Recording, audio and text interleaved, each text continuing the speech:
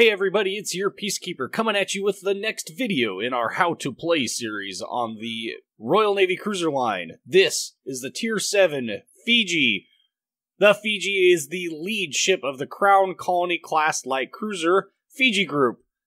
There were 8 ships in the Fiji group and 3 in the Ceylon group, for a total of 11 ships in the Crown Colony class light cruisers. Those ships are the Fiji, Nigeria, Mauritius, Kenya, Trinidad, Jamaica, Gambia, Bermuda, Ceylon, Uganda, and Newfoundland. And as you can imagine, all of those are named after British colonies. Hence the term Crown Colony class light cruiser, right? These ships were all built between 1938 and 1941, and several served well into the 1960s with the Royal Navy, the Royal New Zealand Navy, and the Royal Canadian Navy, and into the 1980s with the Peruvian Navy. The Ceylon group featured the removal of one of the gun turrets at the back and the additional of lighter anti-aircraft armament. These ships were built to the exact limits of the Second London Naval Treaty, and as a result they look very similar to the Town-class cruisers of which the Edinburgh is a member of.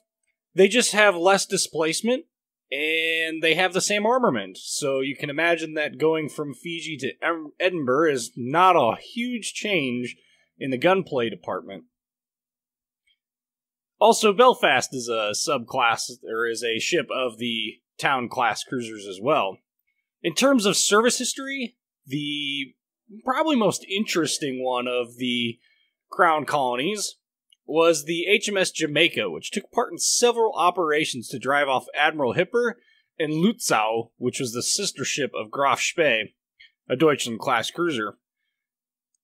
Jamaica also took part in the sinking of Scharnhorst, and would go on to escort the carrier attack groups that launched several raids on the Tirpitz. In terms of her in-game gameplay, she takes everything that made the Leander great, the gunplay, the maneuverability, but adds additional armor to it, adds a tighter turning radius, and better anti-aircraft. And we add a whole nother gun per turret, so we go from the 8-gun configuration of Leander all the way to 12 6-inch guns.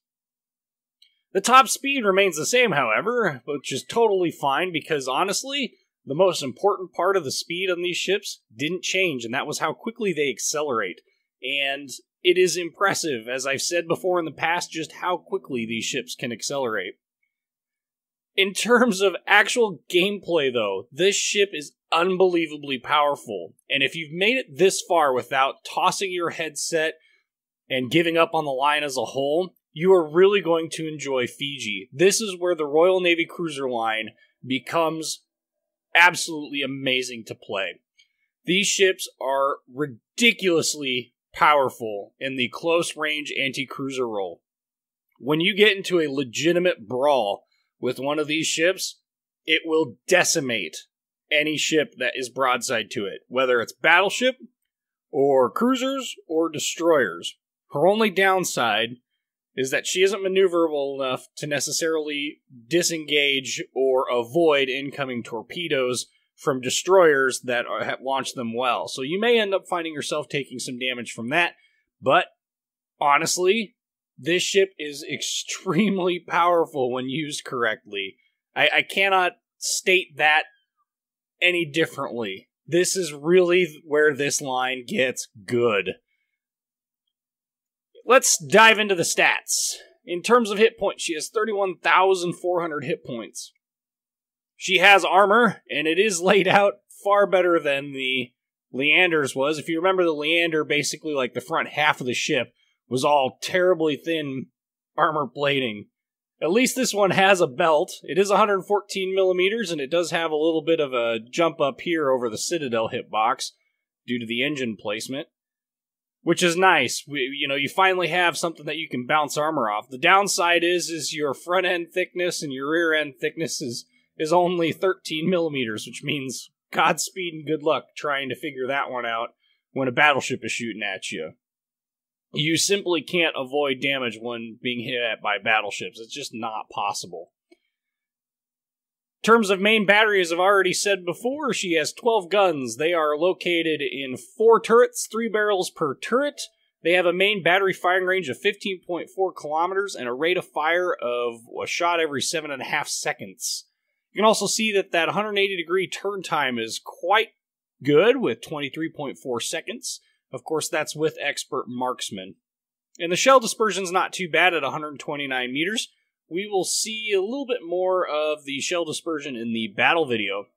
She does have a secondary armament consisting of 4 of the dual-barrel 4-inch guns. These also serve as part of your anti-aircraft armament. And the secondaries do have a range of 6.3 kilometers. That's with advanced firing training on your captain.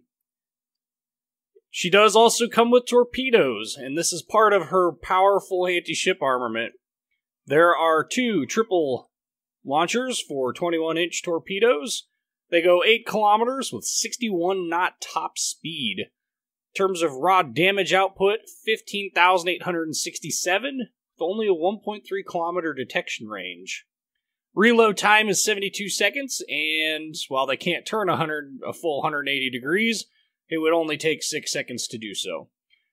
So the torpedo armament is really quite potent, and there's nothing lacking in that department.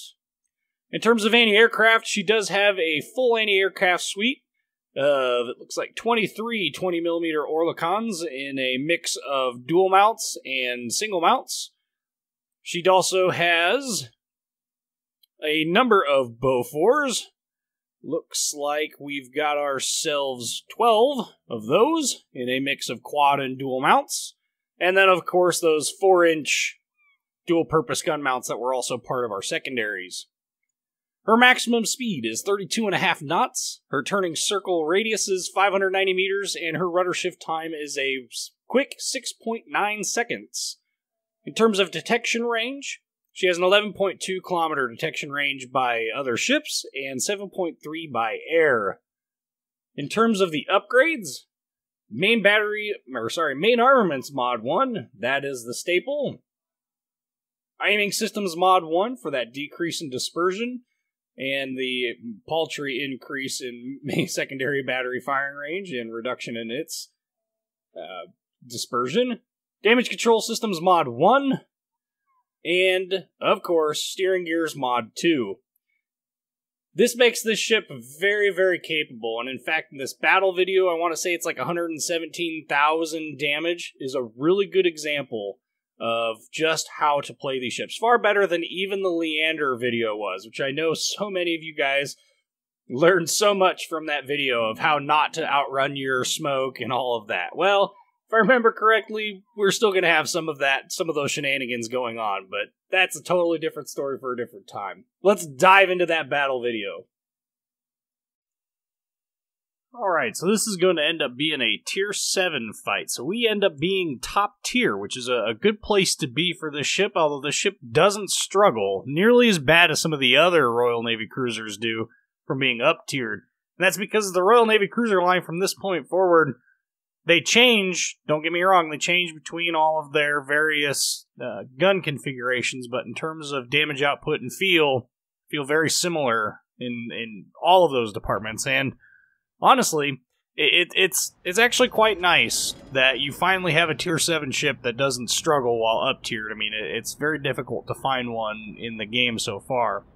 Of course, this is Neighbors, which is one of my favorite maps in this game. And as with always on this map, my goal is to go to the islands where I've got plenty of cover. And we definitely take full advantage of the island cover up here. We're going to get ourselves into a fight with an Emerald, very briefly, and a fight with a Miyoko, also very briefly. And then we're going to end up getting ourselves in a fight with a whole slew of ships, and you're going to get to kind of see the advantages of the smoke, how to disengage using the smoke, even if it doesn't completely obscure you, aka I popped my smoke when I was going too fast and ran out the back of it. We won't talk about that. And this is just a good battle in general. It's 117,000 damage, it's 3 kills, a whole boatload of citadels, most of them on an Omaha that sailed broadside for a large portion of it, but I won't spoil too many more of the details of this. Just know that this ship does insane amounts of damage for 6-inch armor-piercing shells. thanks to those favorable bounce angles and really short fuse times on all of the AP shells. I still really enjoy this ship a lot. I mean, there's absolutely no way to fully compare the feeling you get when playing this ship to any other ship in the game aside from maybe destroyers. So if you're a big destroyer guy, you'll really enjoy this. But as you can see, you know, we start off and we've got pretty good gun range. That 15.4 kilometers really comes in handy. You won't see me engaging too many ships at that range because I've got a much healthier stealth window to go, and that's one of those things that a lot of cruiser captains, I think, struggle with, is they think, okay, it's the beginning of the match, the first target I can see, I'm going to start engaging. That's a good plan if your ship is like the Hindenburg that has, you know, a 17-kilometer detection range. But ideally, you only want to begin to engage, like we are with this Emerald, once you've been detected. And you can see, yeah, those damage numbers aren't lacking in any stretch of the imagination.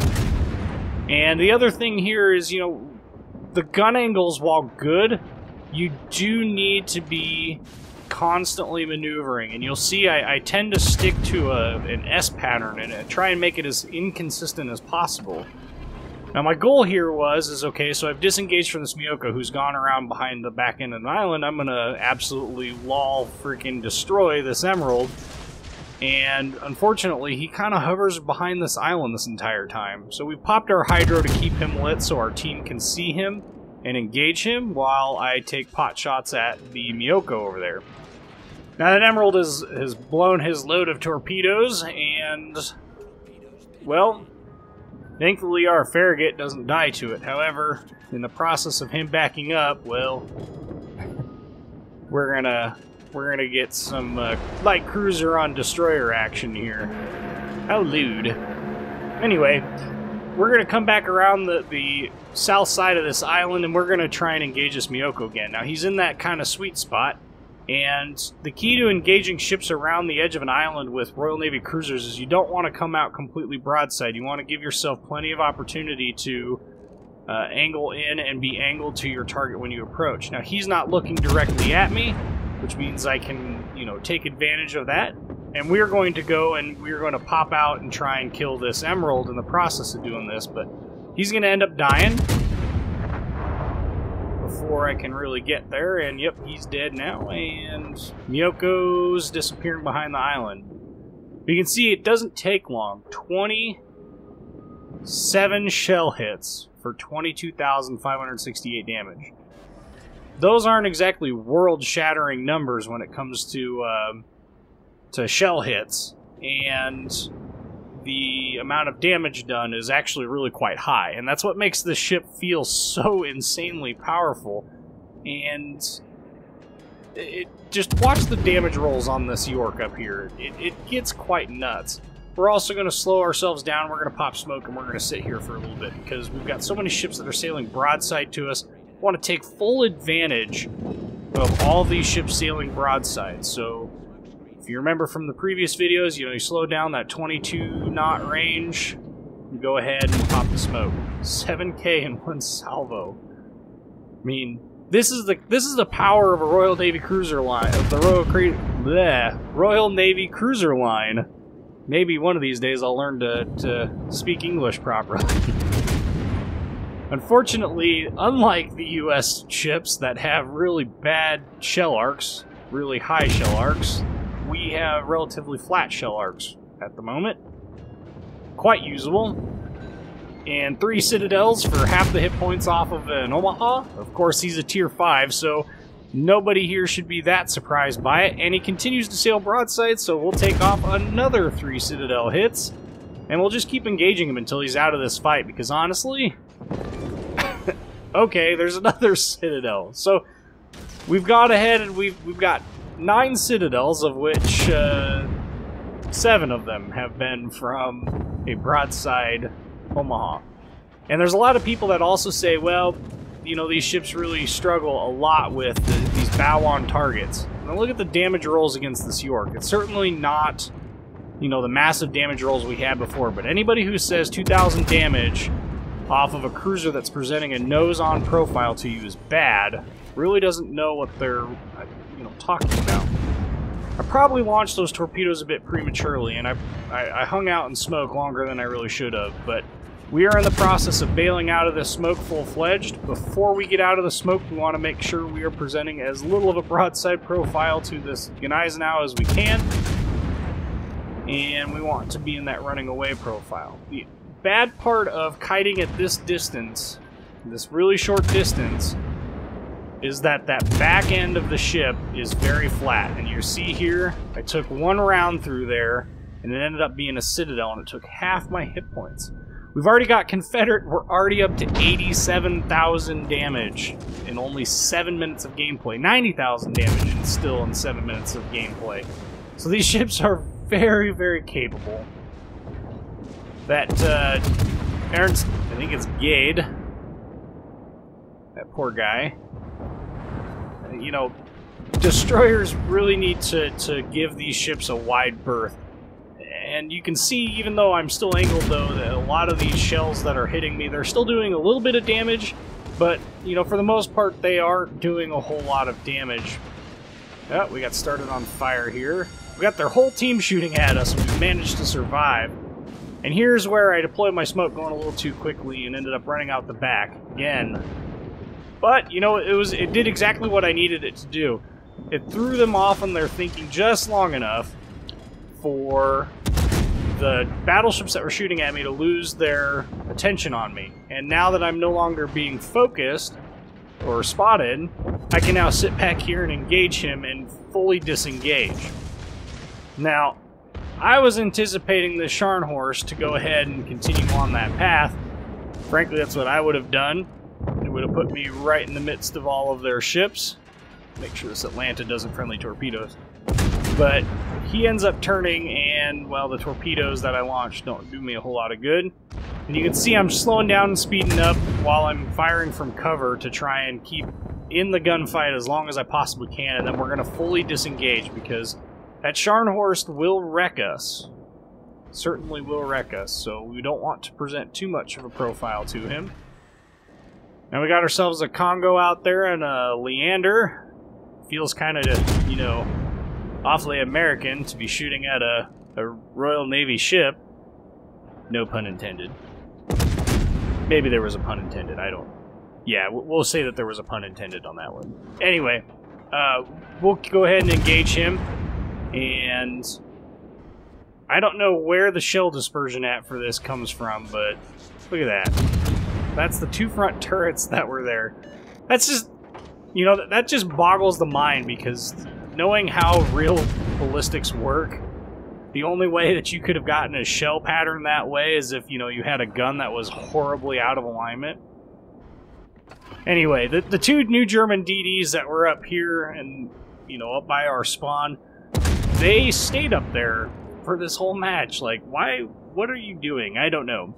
But I would think that those ships would be far better off in an entirely different role.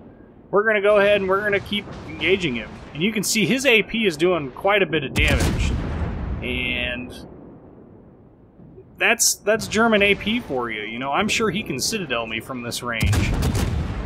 He's turning away. Please don't threaten me with good times. And, of course, we've got ourselves a nearly broadside Leander. I was really hoping that I'd be able to kill him to get the double strike, but unfortunately that didn't occur. Also, he popped his smoke and his hydro. It didn't help him any. And you can see his AP did quite a lot of damage to me just by virtue of those favorable shell balance angles that the Royal Navy cruisers have. And I'm not complaining about that. I mean, honestly, it works for me too, right? It works both ways. And, well, it is what it is. It's just a little bit harder to bounce those shells. Also, his shells were impacting the upper portion of the ship, which is where there's no armor. If you remember, the only place that there's armor up to the deck is in that midsection underneath the funnels where our engine rooms are located at. And the end result of that is, of course, any shells that hit anywhere else, if they pass the auto bounce check, will most likely penetrate for penetrating damage, especially from a Royal Navy cruiser, where you already get the advantages of the short shell fuse times that improve your damage output. And here we have the last of their destroyers. Could have probably used to drop the aim on that a little bit, and this might have ended a little bit quicker. We get one hit for 1,000 damage. That's alright, though. You know, I don't think he's got that thing fully upgraded or knows fully how to play it yet. Who does? I mean, honestly, the German destroyers had just been released at the point in this video, so... Anyway, while we wind this down and chase down the last destroyer, whose location is well known and well within range, we'll keep shooting at him in the smoke. You can see I'm not struggling to hit him. I won't kill him because, for some odd reason, I decided to go ahead and shoot into the smoke, but change from his going backwards direction to thinking he went back forwards, maybe, try and bail out. But no, he's still on the cap. Anyway, the Fiji is really where this line of ships gets real solid, and I really enjoy the Fiji. I'm sure most of you guys will as well. We're going to go ahead and launch some torps into the smoke. They play exactly like a Leander does, except for now we have guns that actually hit like a freight train. And it is really nice. You can see he came back into the cap and somebody spotted him, so we're going to go ahead and shoot there. Oh! Just barely missed him. I don't know if I'm going to get the kill. Secondaries are going off. Yes, we get the kill at the last minute there. The kill ribbon just barely showed up. And 117,612 damage. We got a Confederate and Dreadnought out of that. Top of the class, 2,198 with 4 kills for base XP, 2,198. There's the damage rolls and the credit screen. Anyway, I really enjoy the Fiji. I know you guys will too. It plays exactly like the Leander, just a lot better guns. Let me know what you guys thought down in the comments, and with always, go ahead and like and subscribe for me if you haven't already. And thanks for watching.